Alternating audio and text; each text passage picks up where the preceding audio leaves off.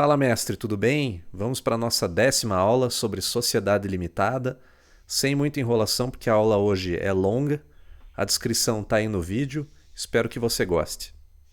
A sociedade limitada, ela foi introduzida na nossa legislação por um decreto, decreto 3.708 de 1919, e ela era inicialmente chamada por esse decreto de Sociedade por Cotas de Responsabilidade Limitada. Tá? É uma nomenclatura que alguns autores ainda utilizam. Tá? Então, quando você ouvir falar Sociedade por Cotas de Responsabilidade Limitada, e sociedade limitada nada mais é do que a mesma coisa. Simplesmente, hoje, como ela está regulada no Código Civil, a nomenclatura que se utiliza é sociedade limitada.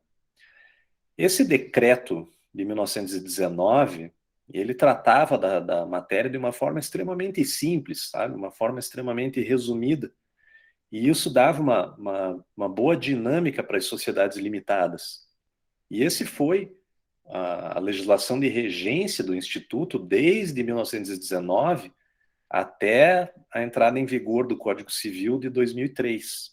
Tá? Então, você veja, por várias décadas, esse decreto acabou regendo a sociedade limitada. E talvez, assim, em função dessa forma simples com que ele tratava do tema, a sociedade limitada é, assim, com larga vantagem, a sociedade, o tipo de sociedade mais presente no Brasil. 95% das sociedades registradas nas juntas comerciais no Brasil são sociedades limitadas. Hoje, tá, o Código Civil ele acabou tratando do assunto de uma forma mais pormenorizada, uma forma um pouco mais detalhada. Então, aquela dinamicidade, aquela simplicidade que o decreto de 1919 ele imprimia para as sociedades limitadas, já não é mais da mesma forma. Tá? Ela ainda é uma sociedade, um tipo societário, com bem menos regras do que a sociedade por ações, tá? A sociedade anônima, que a gente vai ver na sequência. Porém, essa forma com que o Código Civil tratou do tema acabou por engessar um pouco o Instituto, sabe? Tirou dele essa dinâmica que ela tinha e que era tão útil para a atividade comercial, para a atividade empresarial. Tá? Então, o que se vê hoje em dia é que muitas empresas, até menores, muitas sociedades menores, acabam optando pela SA, por ela ser, apesar de ter muitas regras, são regras mais claras, são quórums mais simples. Tá? O quórum da SA, em geral, você tendo maioria, você consegue fazer tudo, e deixar um pouco de lado a sociedade limitada. Tá? Porém, ela ainda é, como eu falei para vocês, com larga vantagem, a sociedade mais comum a ser registrada na junta comercial. Tá? Até por uma questão de inércia, né? A grande maioria das pessoas, quando vai fazer a constituição de uma sociedade, continuam fazendo registro de sociedades limitadas, e aí por isso é que esse número aí de 95% das sociedades. Tá? Sem prejuízo disso, quais são as características que as pessoas buscam quando fazem o registro de uma sociedade limitada? Por que ela é um modelo tão comum no nosso país? Isso se deve principalmente por duas características da sociedade limitada. Uma que nós já comentamos, que é a limitação da responsabilidade, certo? Então, aquele empresário individual que na sua atividade poderia comprometer o seu patrimônio pessoal, o patrimônio da sua família, né, aquilo que utiliza para o sustento seu e da sua família, opta pela sociedade limitada e aí arranja ali só uma pessoa, um cumpre-cotas, que a gente chama, só uma pessoa ali para ficar com 1% das cotas da limitada e ele com 99%, simplesmente para ter uma sociedade e com isso fazer essa segregação de patrimônio, certo? Separar o patrimônio que utiliza na sua atividade empresarial daquele patrimônio pessoal. Por quê? Por causa dessa limitação da responsabilidade que existe na sociedade, né? A autonomia do patrimônio e a limitação da responsabilidade dos sócios, como nós vamos ver. Tá? Então, essa é uma característica que faz com que ela seja tão comum. A segunda, né, e essa aí que está um pouco mitigada hoje em dia, é a contratualidade. o que seria essa contratualidade? A sociedade limitada, ela dá uma maior margem para que os sócios possam negociar as cláusulas do contrato social. Então, tudo aquilo que os sócios entendam que seja pertinente ser tratado no contrato social, a legislação ela permite que você trate no contrato social. Ao contrário de outros tipos societários que prevêem regras mais rígidas. Tá? Então, você não pode tratar todo e qualquer assunto no teu ato constitutivo. A sociedade limitada, ela permite. Então, essa é outra característica que os sócios buscam bastante quando fazem um registro de uma sociedade na junta comercial. A sociedade limitada, ela tem um capítulo específico do Código Civil. Ela está tratada nos artigos 1052 a 1087. Aí eu, desde já, sugiro que vocês façam a leitura desses artigos. A sociedade limitada, a gente vai ver isso aí mais para o final da aula, ela tem 2 subtipos. Tá? O próprio Código Civil, ali nos artigos 1052 a 1087, ela fala que na omissão de normas da sociedade limitada, você aplica as normas atinentes às sociedades simples, também do Código Civil. Tá? Então, a norma de regência legal, né, supletiva das limitadas são as normas das sociedades simples. Tá? Então, se na omissão de norma específica das limitadas, você aplica as normas das sociedades simples. Os sócios, porém, eles podem deliberar de forma oposta a isso aí. Os sócios, se eles entenderem pertinente, eles podem tratar no contrato social que a legislação supletiva que vai ser aplicada para a limitada é a lei das SA, tá? A Lei Federal 6.404 de 1976, que trata das sociedades anônimas.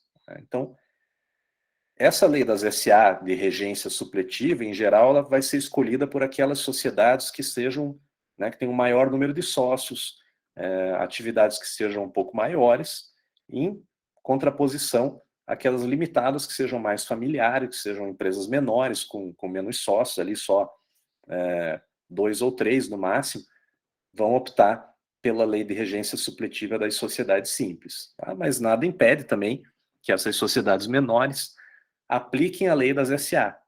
Na verdade, se nós formos ver, a lei das SA, tecnicamente é uma lei tão boa que ela acaba sendo aplicada por analogia, né? A jurisprudência consagrou essa aplicação supletiva da lei das SA em situações em que o Código Civil não regula a matéria. Tá? Então, por exemplo,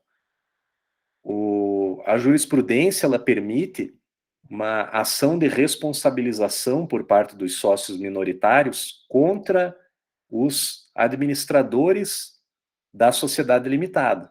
Tá? Se o administrador da sociedade limitada ele tiver, no desempenho da sua administração, estiver prejudicando a sociedade, se ele estiver adotando medidas que vão contra o interesse, às vezes até com conflito de interesse com a sociedade, os sócios podem convocar uma assembleia, né, ou uma reunião para deliberar pela entrada, por uma ação de indenização da sociedade contra aquele administrador, ok?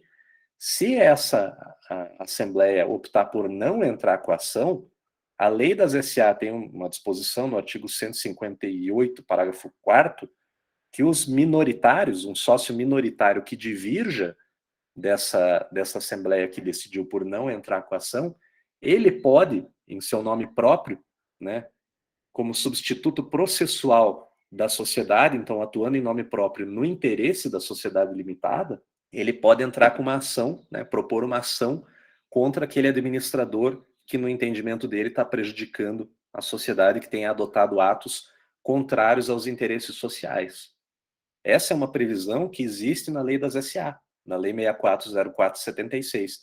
Ela não está prevista no Código Civil na parte das limitadas e também não está prevista na parte das sociedades simples. Tá? Porém, a jurisprudência consagrou essa possibilidade aí de você aplicar supletivamente a lei das SA, mesmo naqueles casos em que o contrato social não disponha que ela vai ser a lei supletiva de regência da limitada, mas para permitir que os sócios minoritários ingressem com essa medida judicial. Tá? Então, por ser uma legislação bastante completa, a nossa jurisprudência consagrou esse uso supletivo da lei das SA. Tá? Questão de responsabilidade dos sócios, que nós já vimos anteriormente. Tá? Como que funciona essa limitação de responsabilidade dos sócios das SA?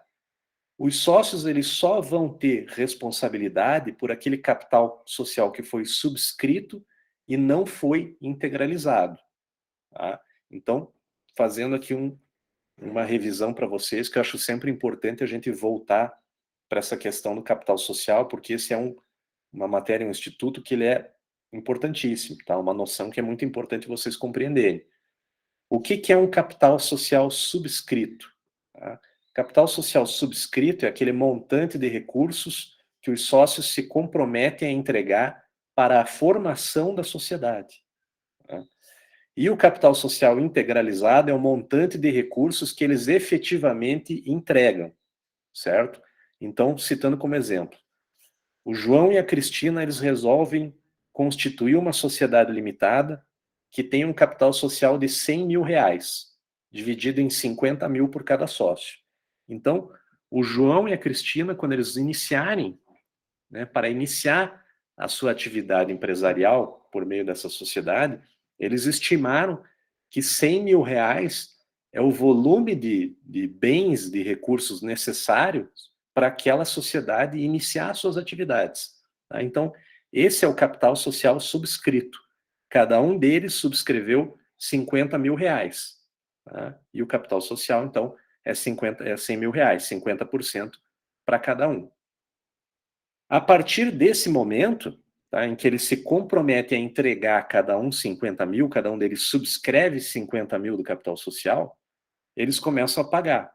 Tá? Então, vamos dizer que o João faça o pagamento dele à vista dos 50 mil e a Cristina faça o pagamento de 30 mil e se comprometa a pagar outros 20 mil no prazo de 1 ano. Ok? Qual que vai ser a responsabilidade dos sócios no caso aí dessa sociedade ser demandada em juízo? Tá? A responsabilidade deles é por esse capital social que eles subscreveram, 100 mil, mas não integralizaram. Então, eles integralizaram, nesse caso, só 80 mil. Tá? 50 mil do João, 30 mil da Cristina. A Cristina deixou de integralizar 20 mil. Então, por esses 20 mil que não foram integralizados, que ainda não foi efetivamente transferido pela Regina, pela Cristina, para a sociedade, isso aí eles respondem solidariamente. Tá? Inclusive o João, que já integralizou a parte total dele, ele pode ser cobrado por esses 20 mil reais. Claro, né, como eu sempre falo para vocês, ele vai ter o direito de regresso contra a Cristina, mas a responsabilidade deles por esse capital não integralizado, ela é solidária, certo? É solidária, mas ela é subsidiária. Tá? Então, primeiro, os credores vão ter que ir em cima do patrimônio social. Tá?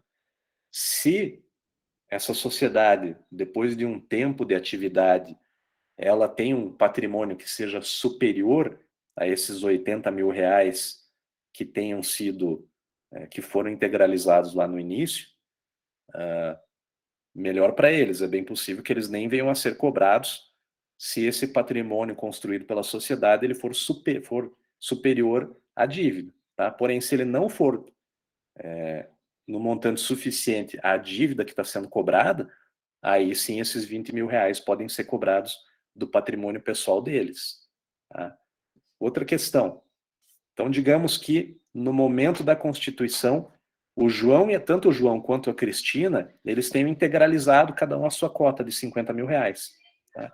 Então, os 100 mil reais do capital social, eles, desde o início das atividades da sociedade, ele já está totalmente integralizado. Nesse caso, qual que é a responsabilidade dos sócios por dívidas da sociedade? Nenhuma. Tá? Não é zero. Os sócios, eles só têm a responsabilidade por aquele capital que não tenha sido integralizado. Se ele já existe desde o início, eles não têm responsabilidade nenhuma. Tá? O que vai acontecer se o patrimônio dessa sociedade não for suficiente para arcar com as despesas que ela tem? Os credores vão ficar na dívida, tá? Os credores vão morrer no prejuízo, porque o patrimônio pessoal daqueles sócios não vai responder pelas dívidas da empresa, da sociedade. Tá? Então, essa é a grande vantagem que existe nessa limitação de responsabilidade. Se você integraliza tudo, o montante desde o início, você não vai ser cobrado por mais nada. Ok? Então, vejam, o capital social, né, fala-se muito na questão da intangibilidade do capital social. Ele nada mais é, né, do que esse montante inicial que os sócios se comprometem a investir para o início das atividades, e essa porcentagem ela vai regular depois a distribuição dos lucros ou das despesas entre eles. Tá? Mas, claro, a partir do momento em que a sociedade ela começa as suas atividades, ela ganha vida própria e ela vai tendo lucros ou despesas que vão alterando aquele patrimônio. Tá? Então, depois de um tempo de atividade, pode ser que o patrimônio social, o patrimônio dessa sociedade, ele seja diferente daqueles 100 mil reais. Tá? Se a sociedade caminhou bem e auferiu lucro, muito provavelmente o patrimônio social dela vai ser maior do que esses 100 mil reais. Tá? Caso os sócios tenham deliberado por reinvestir uma parcela desses lucros na sociedade, resolveram comprar outras sedes, resolveram investir em equipamentos e tal, muito provavelmente ela vai ter um patrimônio que vai ser maior do que aqueles 100 mil reais. Aqueles 100 mil reais, eles vão ser só simbólicos do início das atividades e representativo da parcela que cada um dos sócios investe naquela sociedade, tá? 50% para cada um. Ou pode ser o contrário, pode ser que se a sociedade caminha mal, depois de 1, 2 anos, o patrimônio social dela seja menor do que aqueles 100 mil reais. A sociedade teve que se desfazer de algum patrimônio para arcar com as suas dívidas, ok? Mas nesse caso, ainda que o capital social esteja totalmente integralizado, né, tenha sido integralizado lá atrás, se, digamos, a sociedade deu prejuízo e atualmente o patrimônio dela equivale a 50 mil reais, é isso aí que vai servir de garantia para os credores. Se não for suficiente, eles vão morrer no prejuízo. O João e a Cristina não podem ser cobrados pessoalmente por outras dívidas da sociedade. Como eu falei para vocês, os sócios têm responsabilidade solidária pela integralização, tá? Então, mesmo aquele sócio que ele já tenha integralizado todas o seu quinhão, a sua proporção de investimentos, ele pode ser cobrado pela parcela daqueles sócios remissos, tá? Os sócios que não integralizaram ainda todo o capital social que subscreveram lá atrás. Por que funciona dessa forma? Já comentamos isso aí também. Por que no caso do capital social estar totalmente integralizado e o patrimônio da sociedade não ser suficiente para arcar com as suas dívidas, por que os sócios não respondem por mais parcela nenhuma e os credores morrem no prejuízo? Isso é um mecanismo de limitação de perdas, é um estímulo para os empreendedores.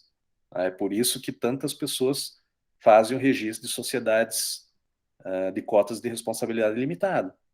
Se você consegue ter um instrumento que coloque o teu patrimônio social, patrimônio pessoal a salvo das dívidas, isso é um estímulo para que você empreenda, é um estímulo para que você se lance numa atividade empresarial e passe a prover à sociedade daqueles bens e serviços que ela precisa.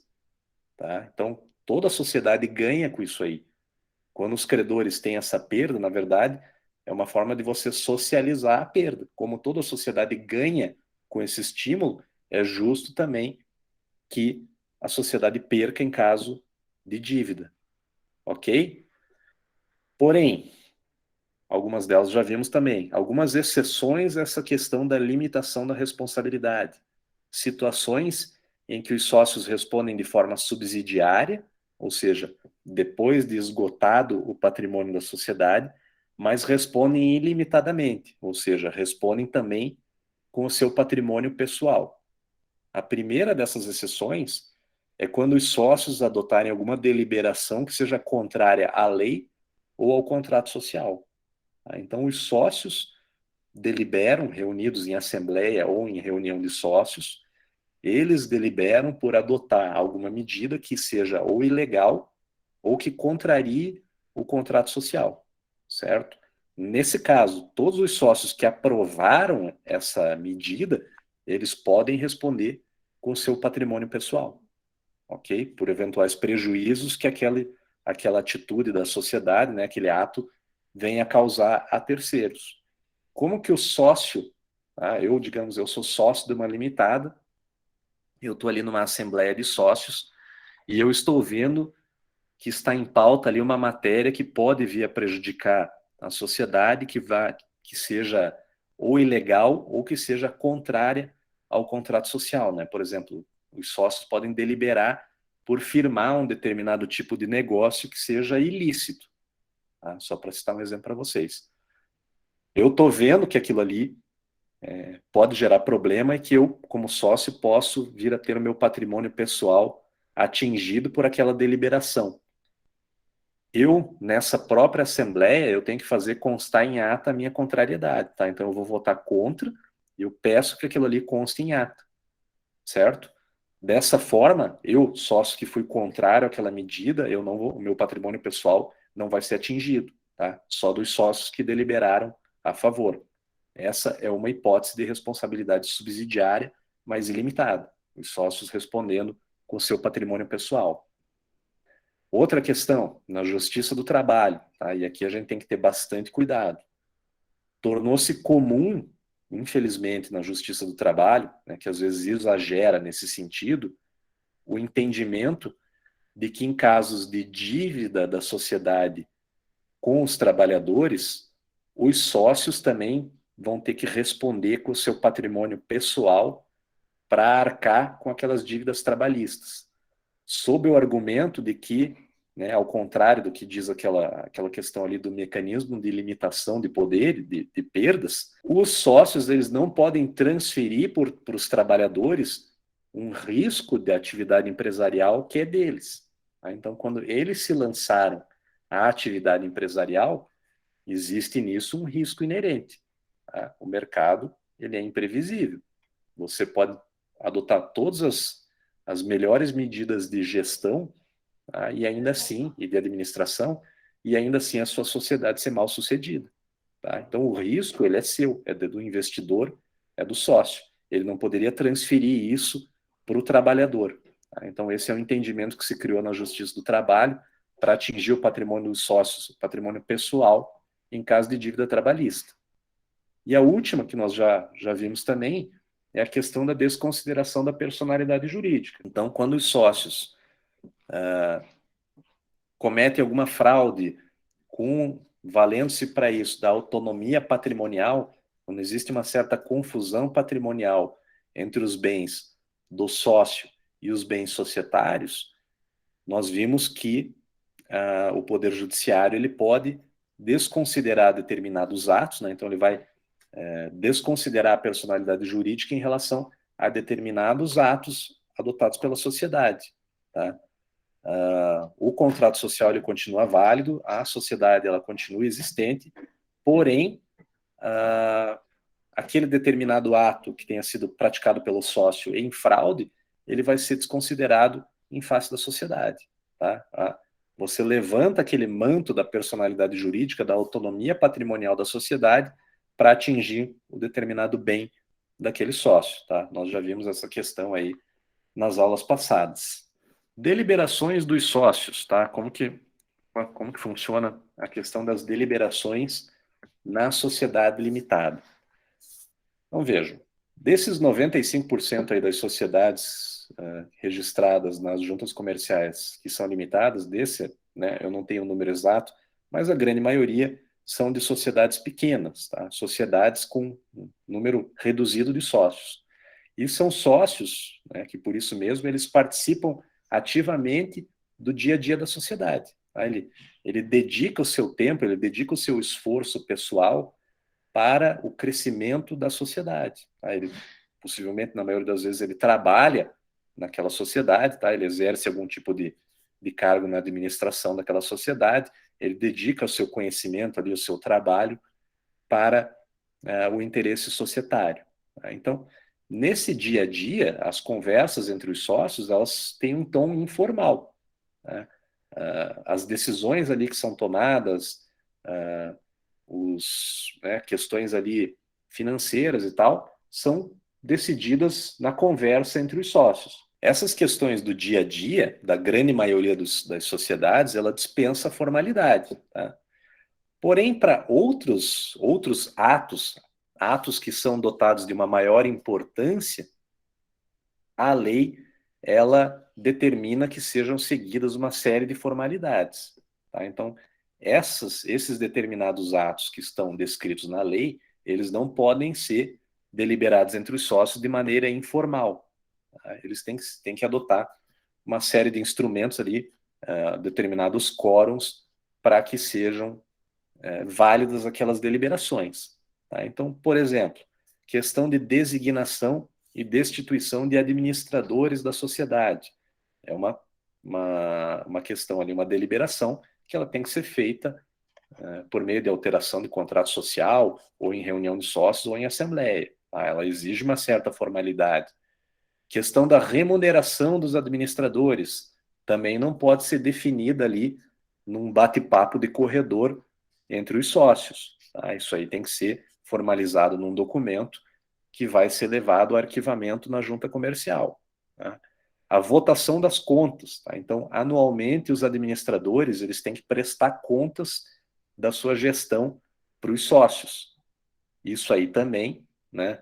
Se você vai aprovar aquelas contas ou vai reprovar, isso aí também tem que ser feito de uma certa forma prevista na lei. Modificação do contrato social. Então, se quer modificar cláusulas do contrato social, você também tem que fazer isso aí por meio de uma alteração societária. Tá? Pelo mesmo instrumento ali que você utilizou, né, seja uma escritura pública, seja um documento particular, mas você vai ter que fazer como se fosse um termo aditivo àquele contrato, uma minuta de alteração contratual do teu contrato social e arquivar isso aí na junta comercial, certo? Operações societárias mais complexas, dissolução da sociedade, fusão dela com outra ou incorporação de uma outra sociedade, a liquidação daquela sociedade, tá? Então você vai encerrar as atividades, tudo isso aí tem uma forma prescrita em lei. Expulsão de sócio minoritário, que a gente já viu também, né? A sociedade limitada ela pode prever no seu contrato social essa possibilidade de expulsão do minoritário. Só que isso aí também tem que ser feito de uma maneira formal. Todas essas questões formais, questões que a lei demanda uma determinada formalidade, elas têm que ser deliberadas pelos sócios numa assembleia, tá? Então você vai convocar uma assembleia de sócios e aquelas deliberações elas têm que respeitar um determinado quórum que está previsto na lei. Tá? Então, reunião em assembleia e quórum deliberativo que tem que ser observado, certo? Como que funciona para você convocar uma assembleia de sócios? Tá? Quais são os requisitos legais para você convocar uma assembleia de sócios? Em primeira convocação, você tem que publicar avisos na imprensa oficial e num jornal de grande circulação do local daquela sociedade limitada. Então, você vai publicar aquele aviso da Assembleia, né, convocando os sócios para deliberar sobre uma determinada pauta que você vai ter que colocar nesse aviso de publicação, e você publica aquilo 3 vezes na imprensa oficial e num jornal de grande circulação do local da sociedade, com uma antecedência mínima, tá? Mínima de 8 dias para a data da realização daquela assembleia. Tá? Chegado o dia, você tem um quórum de instalação. Tá? Então, muito cuidado. Quórum de instalação seria o seguinte: é uma quantidade mínima de sócios representativa do capital social que tem que comparecer àquela tua assembleia para que você possa iniciar, tá? Que você possa instalar aquela assembleia. Esse quórum mínimo de instalação é de 3/4 do capital social. Tá? Então, se 3/4 do capital social não comparecerem a essa assembleia, ela não vai se instalar validamente. Em tese, ela não pode ser instalada. Então, veja, 3/4 do capital social, você está falando de questão de proporção. Tá? Um sócio ele pode se representar 3/4 do capital social, tá? Se ele tiver essa proporção ali do capital. Tá? Se não, como que funciona? Se não comparecerem sócios representativos de 3/4 do capital social, você vai ter que fazer uma segunda convocação. Tá? Então você vai de novo publicar um aviso na imprensa oficial por 3 vezes, na imprensa oficial e em jornal de grande circulação, e dessa vez você tem que respeitar uma antecedência mínima de 5 dias para o dia da realização da nova Assembleia. Tá? Então, na primeira convocação são 8 dias, se não houver quórum, você vai fazer uma segunda convocação e dessa vez você tem que respeitar um prazo mínimo de 5 dias de antecedência. Tá? Então, segunda convocação, prazo reduzido. Nessa segunda convocação, tá? O quórum de instalação é qualquer número. Tá? Então, qualquer número de sócios que comparecer, essa assembleia pode ser instalada. Tá? Se aparecerem 2 sócios só que representam, sei lá, 20% do capital social, ok, essa assembleia ela pode ser instalada validamente. Tá? Então, o quórum de instalação da segunda convocação é qualquer número de sócios. Como que funciona a condução dos trabalhos? Tá? Então, a Assembleia de Sócios, ela vai ser presidida, vai ser conduzida por uma mesa. Essa mesa é composta por um presidente e por um secretário. Tá? Então, são 2 sócios presentes que vão ser escolhidos, tá? Um para ser presidente e outro para ser secretário, que vai redigir a ata. E a função dessa mesa é garantir que todos tenham voz na Assembleia, tá? Todos tenham direito de manifestação e todos tenham o direito de voto observado, né, naquelas deliberações que estão na ordem do dia, certo? Para isso que serve a mesa numa Assembleia de Sócios da Limitada. A lei determina que, pelo menos uma vez por ano, as sociedades limitadas têm que convocar uma Assembleia de Sócios. Tá? Então, obrigatoriamente, uma Assembleia de Sócios tem que ser convocada anualmente pelas limitadas. Tá? Se quiser ser só essa, ok, não está obrigado a convocar mais nenhuma, mas pelo menos uma ela tem que ser convocada, que é a chamada Assembleia Anual ou Ordinária da Sociedade Limitada. Qual que é a ordem do dia dessa Assembleia Anual? Você vai tomar as contas dos administradores, tá? Então vai fazer a análise das contas dos administradores, vai aprovar ou reprovar a gestão dos administradores. Você vai fazer a votação do balanço patrimonial, tá? Que é aquele documento contábil obrigatório que você tem que levantar, do balanço patrimonial e o balanço de resultados. Tá? Então, isso aí ele vai ser apresentado nessa assembleia anual para que os sócios aprovem ou não. E, se for o caso, né, você vai eleger os administradores daquela sociedade limitada. Tá? Então, geralmente essa é a ordem do dia da Assembleia Anual ou Ordinária, a Assembleia que tem que ser convocada pelo menos uma vez por ano. Se a tua sociedade limitada ela tiver no máximo 10 sócios, que é a grande maioria das sociedades limitadas, você pode substituir a assembleia por uma reunião de sócios, certo? Qual que é a diferença de uma assembleia de sócios para uma reunião de sócios? A diferença ela não é simplesmente de nomenclatura, ok? A reunião de sócios ela é muito mais simples do que uma assembleia, porque a lei permite que o contrato social, né, dessas limitadas que tem no máximo 10 sócios, elas disponham de forma ampla sobre todas as questões da reunião de sócios, tá? Então, a periodicidade com que ela vai ser realizada, a forma de convocação, a forma como ela é realizada e o registro daquela reunião de sócios, tá? Então, vejam, um contrato social de uma sociedade aí que respeita esse requisito de ter até 10 sócios, tá? A sociedade do João e da Cristina ali que eu citei, que tem 2 sócios, eles podem deliberar, por exemplo, né, prever no contrato social que a reunião de sócios da sociedade deles vai ser convocada por e-mail, tá?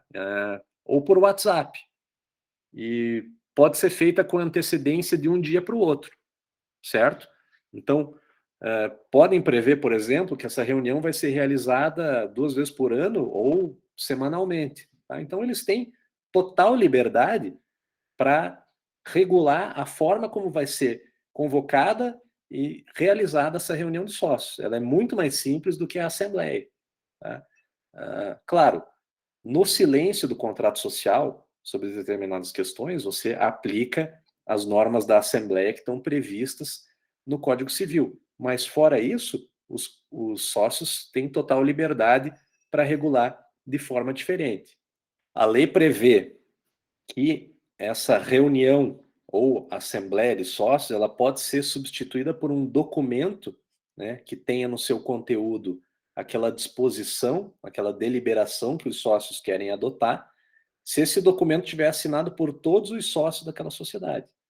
Tá? Então, às vezes, é comum isso aí, as pessoas, né, não estão com tempo ali para comparecer, ou às vezes residem em cidades diferentes. Como que elas fazem? Elas pegam um documento, redigem aquele documento ali com aquela deliberação que vai ser adotada e circulam entre os sócios para que todos eles assinem.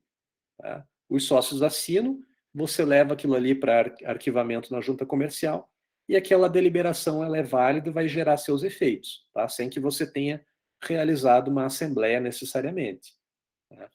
Mas assim, tanto o documento, quanto a reunião, quanto a assembleia, né, a ata da assembleia ou a ata da reunião, elas têm que ser levadas para arquivamento na junta comercial para que aquelas deliberações que foram adotadas na assembleia, na reunião ou no documento, elas tenham validade e elas gerem efeitos. Como que funciona o quórum de deliberação? E aqui cuidado, lembre-se, uma coisa é o quórum de instalação, que em primeira convocação é de no mínimo 3/4, e em segunda convocação ele é com qualquer número. Esse é o quórum para que você instale e inicie a assembleia. E a partir daí, cada deliberação que você queira adotar vai ter um quórum específico. Tá? Em geral, a maioria das deliberações você consegue aprovar pela maioria dos presentes. Tá? Porém, a lei traz alguns quórums diferenciados que têm que ser observados para que aquelas deliberações específicas tenham validade. Tá? Quais quórums são esses? Os quórums qualificados. Unanimidade. Tá? Então, por exemplo, para você designar administrador que não seja sócio, e isso é uma possibilidade que o Código Civil trouxe. Tá? Antigamente, quando a limitada ela era regulada pelo Decreto 3708 de 1919, você não tinha possibilidade de nomear um administrador que não fosse sócio, ok? Na sociedade simples ainda funciona dessa forma, tá? O sócio ele é obrigatoriamente administrador. Na limitada, não. Tá? Se o sócio quiser ser apenas um investidor e não participar da administração, ele tem essa faculdade, certo? Se os sócios quiserem nomear um terceiro, uma pessoa que tenha uma expertise na área que não seja sócio para administrar aquela sociedade, eles podem, pode até ser uma empresa, certo? Você vai nomear uma empresa, uma outra sociedade como administradora da tua sociedade, tá? Claro, essa outra empresa, essa outra sociedade, ela vai ter que nomear um representante para que ele adote os atos de gestão, mas nada impede que seja uma pessoa jurídica. Tá? A única questão aqui é o seguinte: se o teu capital social ele ainda não está totalmente integralizado, como no caso lá da sociedade do João e da Cristina, que faltava 20 mil para integralizar, se eles quiserem designar um administrador não sócio, eles precisam de unanimidade. Tá? Não basta aí a maioria, até porque era 50% para cada um. Mas nesse caso aí de capital social não integralizado, a unanimidade ela é exigida. Tá? Outro quórum qualificado, 3/4 do capital social. Você precisa desse quórum para você modificar o teu contrato social, ok? Ou para você deliberar sobre dissolução da sociedade, incorporação de outra, fusão dela, né, com uma outra sociedade para dar origem a uma terceira, ou para você levantar a liquidação daquela sociedade, tá? Que é aquele procedimento de encerramento da sociedade. Tá? Esse é um quórum qualificado de 3/4 que você tem que observar para a tua deliberação ser válida. Outro, 2/3 do capital social, para você designar administrador não sócio quando o teu capital social estiver totalmente integralizado, certo? Então, se o teu capital social não está integralizado, para designar administrador não sócio você precisa de unanimidade. A partir do momento em que ele estiver integralizado, você precisa de 2/3 do capital social para aprovar essa deliberação. Mais da metade do capital social, tá? Veja, você tem que ter mais da metade do capital social presente naquela assembleia, tá? Não estou falando de mais da metade dos presentes, é mais da metade do capital social, tá? Para designar administrador em ato separado do contrato social, tá? Então a gente vai ver o seguinte: o administrador ele pode ser nomeado no próprio contrato social, tá? Salvo engano, aquele modelo até que eu coloquei no AVA para vocês, já existia uma cláusula nomeando o administrador no contrato, tá? Mas nada impede que o contrato social ele preveja os poderes do administrador de uma forma genérica e não nomeie quem é essa pessoa, tá? Nesse caso, você vai ter que fazer uma reunião ou um documento ou uma assembleia para nomear o teu administrador. Então, você vai fazer num ato separado do contrato social. Para que você possa fazer isso aí, tá? Se o teu administrador ele não tiver nomeado no contrato social, você vai fazer a nomeação no ato separado, você precisa respeitar esse quórum de mais da metade do capital social, ok? Se ao contrário ele tiver nomeado no teu contrato social, você precisa modificar o teu contrato social para nomear o outro administrador, tá? Então você vai precisar daí respeitar o quórum de 3/4, que está previsto ali para cima. Ainda, mais da metade do capital social, para você destituir administrador não sócio, tá? Que nós vimos. Mais da metade do capital social para você expulsar sócio minoritário, se isso aí for autorizado pelo teu contrato social, tá? Isso está previsto no artigo 1085. E por último, mais da metade dos presentes, tá? Que é para você aprovar contas dos administradores, para você nomear e destituir liquidantes e para você julgar as contas dos administradores, tá? Mais da metade dos presentes é a grande maioria ali das deliberações que são adotadas pela sociedade. Então, excluídos aquelas que a gente viu ali dos quórums qualificados, você aprova aí por mais da metade dos presentes as demais questões, tá? Como, por exemplo, essas daí. Outra questão, microempresas e empresas de pequeno porte, o Estatuto das Microempresas, ele dispensa reunião ou assembleia, tá? Então, se não, os sócios, eles não precisam realizar reunião ou assembleia, e o quórum de maioria do capital social, ele é suficiente para você fazer toda e qualquer, para você adotar toda e qualquer deliberação, no caso de microempresas e empresas de pequeno porte. Ok, pessoal? A lei, o Estatuto das Microempresas e EPPs, ele facilita aí a questão da gestão. A administração da tua sociedade. A sociedade, ela pode ser a sociedade limitada, né, obviamente, administrada por uma ou mais pessoas, que podem ser sócios ou não. Essas pessoas, elas vão ser, ou sociedades, elas são designadas no próprio contrato social ou em ato separado, e são escolhidas e destituídas pelos sócios. A questão de escolha da administração é uma questão de confiança, tá? Se o sócio ou não sócio que foi escolhido para desempenhar a gestão daquela sociedade, ele não está agradando, ele pode ser destituído pelos sócios e nomeado outro. Esse administrador ou esses administradores, eles podem ter um prazo determinado no contrato social ou podem desempenhar as suas funções por um prazo indeterminado, tá? Também é o contrato social ou ato em separado que vai definir qual que é o prazo do mandato daquele ou daqueles administradores, tá? Esses administradores, como eu falei para vocês, eles têm que prestar contas anuais aos sócios. Eles têm que dá conhecimento para os sócios dos atos de gestão que eles adotam à frente da sociedade. A lei diz que esse ato de gestão, né, essa prestação de contas, ela tem que acontecer nos 4 meses seguintes ao término do exercício social. Tá? Então, a grande maioria das sociedades, elas têm o seu exercício social, o seu ano social, coincidindo com o ano civil. Tá? Então, de 1º de janeiro a 31 de dezembro. Encerrado o exercício social em 31 de dezembro, o administrador ele tem os 4 meses seguintes, então até 30 de abril do ano seguinte, para ele prestar contas dos atos de gestão dele no exercício passado. Tá? Então, se eu sou administrador de uma sociedade limitada, eu tenho até 30 de abril de 2022 para prestar contas dos meus atos à frente da gestão daquela sociedade limitada realizados no exercício social de 2021. Ok?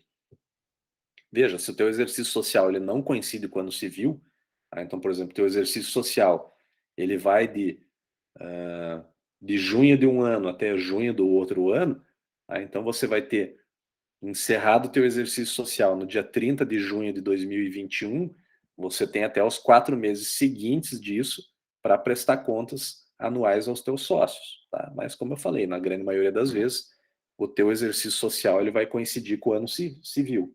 Outra questão aí dos administradores é que a lei ela prevê que débitos inscritos em dívida ativa, tá? Então, sejam de origem tributária, né, pagamento de impostos, taxas, contribuições de melhoria da sociedade, ou dívida ativa não tributária, então, por exemplo, multas ambientais, né, que são inscritas em dívida ativa, mas não têm origem tributária, eles podem ser cobrados dos administradores. Tá? Então, se a sociedade deixou de arcar com aquele tributo ou com aquela multa inscrita em dívida ativa, a partir do momento em que aquela dívida ela é inscrita em dívida ativa, o fisco ele pode cobrar da sociedade ou pessoalmente dos sócios, tá? Desculpa, do administrador.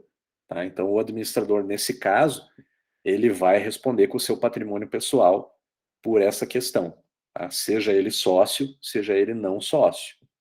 Ok, pessoal? Então, é uma questão bastante importante aí que quem é administrador de sociedade tem que pensar. Da mesma forma, o decreto de 1919, 3708, ele não previa o funcionamento de conselho fiscal nas sociedades limitadas. O conselho fiscal, ele é uma figura típica da lei das SA. Tá? As sociedades anônimas têm a previsão de conselho fiscal. O nosso Código Civil, quando ele passou a regular em 2003 as sociedades limitadas, ele inseriu a previsão do conselho fiscal também para as limitadas. Tá? Então, o contrato social, se os sócios entenderem pertinente, ele pode prever a instalação do conselho fiscal. Em geral, tá, as sociedades limitadas que têm um número reduzido de sócios, que aqueles sócios participam do dia a dia da sociedade, estão ali a par dos atos de gestão, estão à frente, podem pessoalmente verificar as contas da sociedade, não se justifica o funcionamento de um conselho fiscal. Tá? Porém, à medida que você tem um aumento do número de sócios, limitados com um maior número de sócios, e alguns sócios sejam simplesmente investidores, eles paulatinamente se afastem da administração da sociedade e fiquem realmente apenas como investidores, aí torna-se mais justificável você ter a instalação de um conselho fiscal, você ter a previsão de instalação daquele conselho fiscal, ok? Até pelo custo que isso aí representa. Como que funciona, o que a lei vai prever sobre conselho fiscal em limitados? A lei diz que o conselho fiscal ele tem que funcionar com no mínimo 3 membros efetivos e os seus respectivos suplentes, tá? Então, 6 pessoas, então no mínimo 3. E ela traz uma série de impedimentos. Tá? Então, o Conselho Fiscal, como ele vai fazer a fiscalização, né, o próprio nome está indicando, a fiscalização dos atos de gestão daquela sociedade, estabelece uma série de impedimentos para a nomeação de certos conselheiros. Tá? Então, claro, quem é membro da administração, ele não pode ser concomitantemente conselheiro fiscal. Por quê? Porque ele estaria fiscalizando ali os seus próprios atos de gestão. Tá? Então, membros da administração estão impedidos, seja da administração da própria sociedade, tá? Ou sociedades por ela controladas. Então, digamos, você tenha uma sociedade ali, uma holding familiar, que a gente chama, tá? Uma sociedade constituída no âmbito de uma família, para que ela faça o gerenciamento de diversas outras sociedades que pertencem àquela família. Tá? Qualquer administrador de uma sociedade dessas controlada por essa holding familiar, dessa sociedade que a holding vai deter a maioria do capital social, aquele administrador ele também não pode exercer o conselho fiscal da holding, certo? Empregados, também não, né? Por uma questão muito óbvia. Se ele puder, se o administrador puder demitir um empregado por ele apresentar um parecer contrário à administração, esse conselheiro ele não vai ter independência e autonomia para julgar aqueles atos. Tá? Então, os empregados eles também estão impedidos de ser conselheiros. Ou ainda cônjuges ou parentes até o terceiro grau de qualquer dessas pessoas aí que eu mencionei. Tá? Então, o objetivo da lei aí é que o conselheiro ele tenha total autonomia para fazer essa fiscalização. Esses conselheiros, eles também são eleitos em assembleia anual, né? Caso a sociedade limitada tenha previsão de funcionamento do conselho fiscal, na assembleia anual, além de você votar as contas, além de você aprovar balanço de exercício e balanço patrimonial, além de você eleger administradores, tá? Você também pode eleger os membros do conselho fiscal. Como que esses conselheiros são eleitos? Pela maioria dos sócios presentes. Tá? Então, esse é o quórum deliberativo para a eleição ao conselho fiscal. A lei ainda prevê o seguinte, pessoal, um direito da minoria. Então, todos aqueles sócios que tenham até 1/5 do capital social, tá? Então, portanto, 20% de participação societária no capital social, eles têm direito de eleger um membro em separado e o respectivo suplente. Tá? Então, novamente, o objetivo da lei é evitar que a maioria dos sócios imponha a composição do conselho e dessa forma possa se beneficiar. Tá? Então, aquele conselheiro, aquele sócio ali que ele detenha até 20%, ou conjuntos de sócios, eles quiserem se reunir e dessa reunião de sócios você tenha pelo menos 20% aí de participação somada do capital social, eles podem eleger em separado um membro que seja da confiança deles, certo? A lei vai dizer o seguinte, nesses casos, então, você vai aumentar a composição do conselho para acomodar todos esses eleitos. Tá? Então, digamos, você faz a eleição ali dos três, né? Os três são eleitos pela maioria, porém a minoria quer exercer esse direito. Né? Você tem 2 sócios ali, cada um com 20% do capital social, que eles querem eleger cada um deles em separado o seu membro e respectivo suplente. Tá? Então, você vai ter que aumentar o teu conselho fiscal para 5 conselheiros para acomodar esses dois, ok? Ou então, ao contrário, digamos que tenha 2 sócios, cada um deles com 10%, e eles se reúnem ali e chegam a um acordo para nomear um conselheiro fiscal que seja da confiança dele. Então, você vai ter que aumentar aquele conselho fiscal para 4 pessoas para acomodar esse direito da minoria. A sociedade limitada, ela pode ter duas leis de regência supletiva.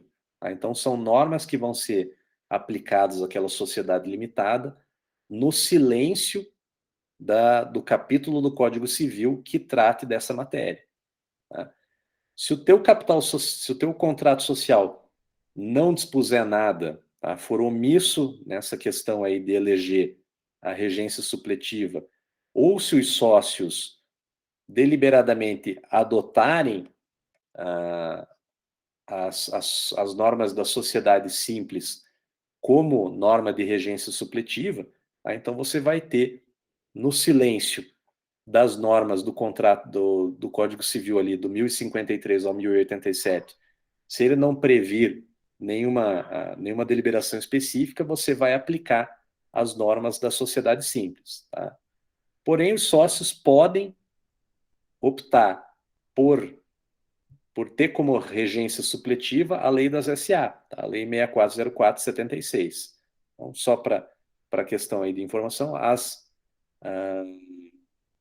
essa possibilidade ela está no artigo 1053 e parágrafo único. Tá? Então, dessa possibilidade que os sócios escolham ou as normas da sociedade simples ou as normas da sociedade anônima, decorrem dois subtipos de limitada. Tá?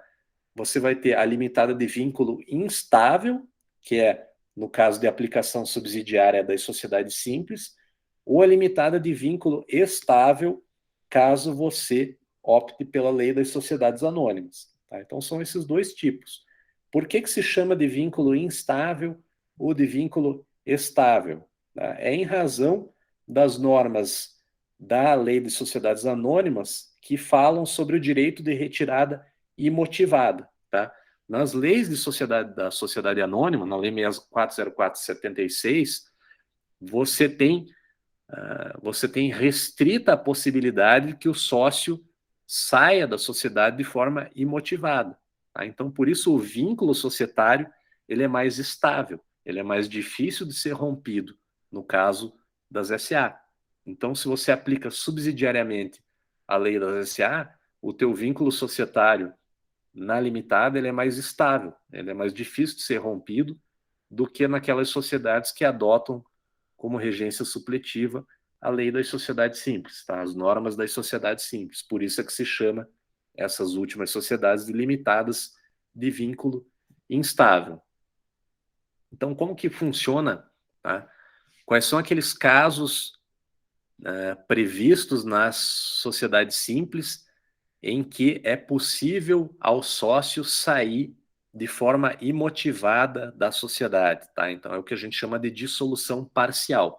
Quando um sócio sai da sociedade, essa sociedade se dissolve parcialmente em relação a ele. Tá? Ela continua em relação aos sócios remanescentes, porém ela é feita a dissolução em relação àquele sócio que está saindo. Tá? Nas sociedades de vínculo instável, nas sociedades limitadas que adotam como regência supletiva as normas das sociedades simples, são os seguintes casos em que há saída imotivada de sócio. Tá? Por morte de sócio, obviamente, tá? O sócio morre, ele vai sair de uma forma sem que ele motive a sua saída previamente.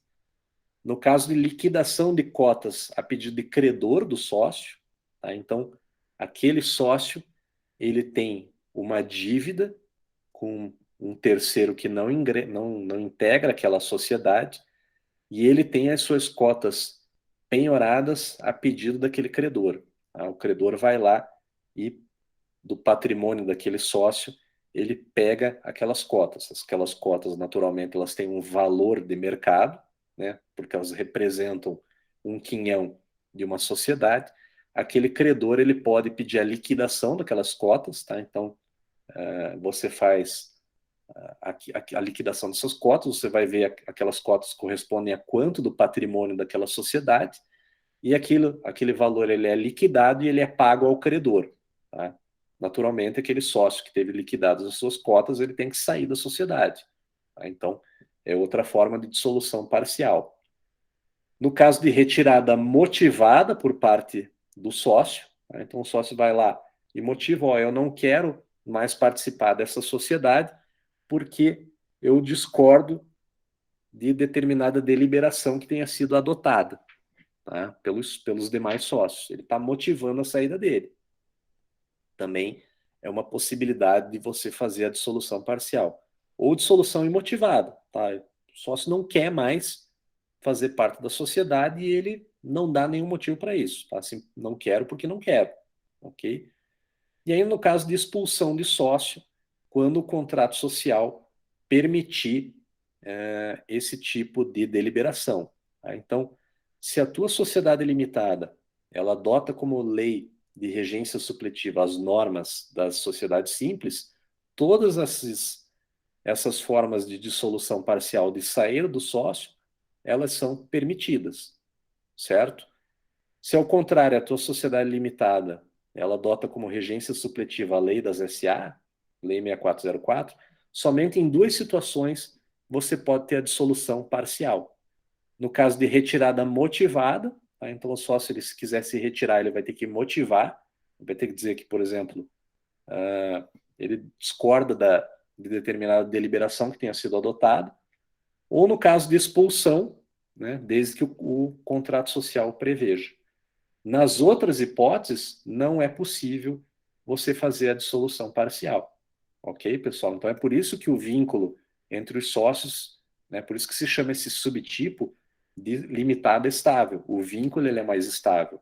Não é qualquer motivo que vai causar a dissolução parcial daquela sociedade. Outras questões, outras diferenças aí entre você adotar uma ou outra forma de regência supletiva. A questão do desempate. Tá? Determinada deliberação está empatada entre os sócios. Nós vimos o seguinte: na grande maioria das vezes, o que vai desempatar é a quantidade de sócios. Tá? Então, se você tem 3 sócios, tá? Numa sociedade que tem um capital social de 150 mil, cada um com 50 mil, se você tiver o empate, né? Não, desculpa, um sócio tem 50 mil reais de capital social e os outros dois têm 25 mil cada um. Tá? Um sócio delibera num sentido, os outros dois minoritários no outro sentido. Tá empatado, 50% para cada lado. Se a tua limitada for de vínculo instável, ou seja, se você aplicar a lei das sociedades simples, a parte do Código Civil das sociedades simples, o desempate ele vai se dar pela quantidade de sócios. Tá? Então, como 2 sócios deliberaram num sentido e só um sócio deliberou no outro, apesar de proporcionalmente o capital social estar empatado, o desempate se dá pela quantidade. Então, 2-1. Tá? Por quê? Porque no silêncio das normas do Código Civil sobre limitados, você aplica as normas da sociedade simples. E essa questão do desempate, ela está prevista na parte das sociedades simples. Ao contrário, se você adota como regência supletiva a lei das SA, a lei das SA não tem essa possibilidade de desempate pelo número de sócios. O que a lei das SA prevê em caso de empate? Que você vai ter que adotar uma nova Assembleia Geral, no mínimo com 60 dias de intervalo. Tá? Então, a lei das SA prevê esse tempo aí para que, de repente, os sócios discutam entre si e consigam chegar a um novo entendimento, amadureçam aquela questão, e você convoca uma nova Assembleia para, no mínimo, 60 dias depois, para deliberar novamente.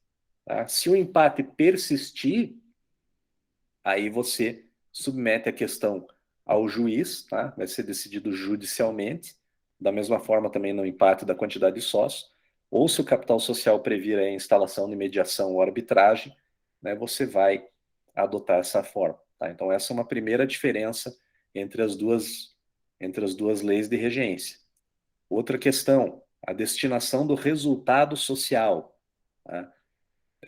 Determinada, a sociedade deu lucro e você vai fazer a assembleia ou a reunião de sócios para deliberar sobre qual que vai ser a destinação daquele lucro social, tá? Se ele vai ser reinvestido na sociedade, se ele vai ser distribuído entre os sócios. Se a tua sociedade limitada é de vínculo instável, se você aplica as normas da SS, né, das sociedades simples, supletivamente, a maioria dos sócios ela pode decidir sobre reinvestir ou sobre distribuir todos os lucros. Tá? Então, os sócios têm total liberdade para reinvestir 100% daqueles lucros ou para distribuir 100%, certo? Isso também está previsto na parte das sociedades simples. Se, porém, a tua sociedade limitada for de vínculo estável, se ela aplicar a lei das SA, o contrato social ele tem que prever um mínimo, uma porcentagem mínima daqueles lucros que sejam distribuídos entre os sócios, ok? Se o teu contrato social não previr isso, tá? Então o contrato social vai lá dizer, ó, anualmente, no mínimo, 25% do lucro verificado no exercício tem que ser distribuído entre os sócios. Tá? Aí, nesse caso, você vai distribuir essa quantidade. Se o teu contrato social não previr essa porcentagem, aí a lei das SA determina que você tenha que distribuir no mínimo 50%. Tá? Então, no silêncio do contrato social, se a tua sociedade limitada ela é uma sociedade de vínculo estável, você vai aplicar a lei das SA. Tá? E a lei das SA fala que, ao final de cada exercício, no mínimo 50% do lucro social ele tem que ser distribuído entre os sócios. Os demais 50%, aí você vai ter que decidir, ou vai ser reinvestido na sociedade, ou vai ser distribuído também. Tá? Mas no mínimo 50% você tem que distribuir entre os sócios. Isso aí está na lei das SA.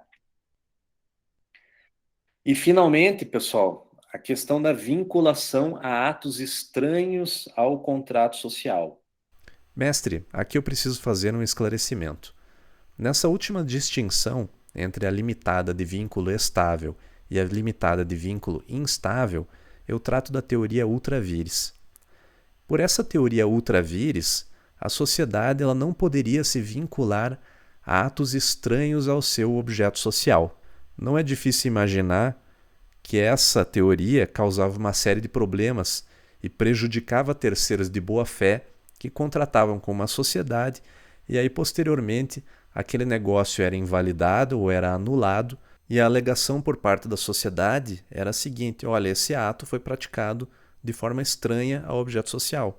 Esse ato ele não faz parte do objeto social dessa sociedade. O administrador não deveria tê-lo praticado. Essa teoria ultra vires estava prevista no artigo 1015, parágrafo único do Código Civil, que dizia o seguinte: o excesso por parte dos administradores somente pode ser oposto a terceiros se ocorrer pelo menos uma das seguintes hipóteses.